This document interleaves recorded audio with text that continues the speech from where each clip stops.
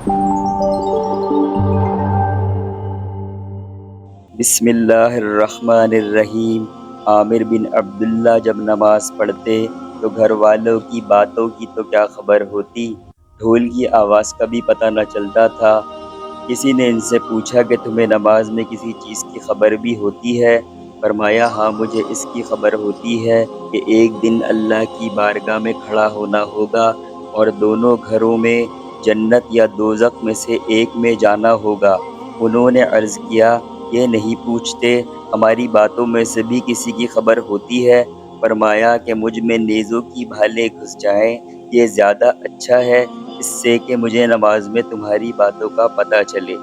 ان کا یہ بھی ارشاد ہے کہ اگر آخرت کا منظر اس وقت میرے سامنے ہو جائے تو میرے یقین اور ایمان میں اضافہ نہ ہو، کہ غیب پر ایمان اتنا ہی پختہ ہے جتنا مشاہدے پر ہوتا ہے۔ ان اسلامی معلومات کو آگے بھی پہنچائیں۔ جزاک اللہ۔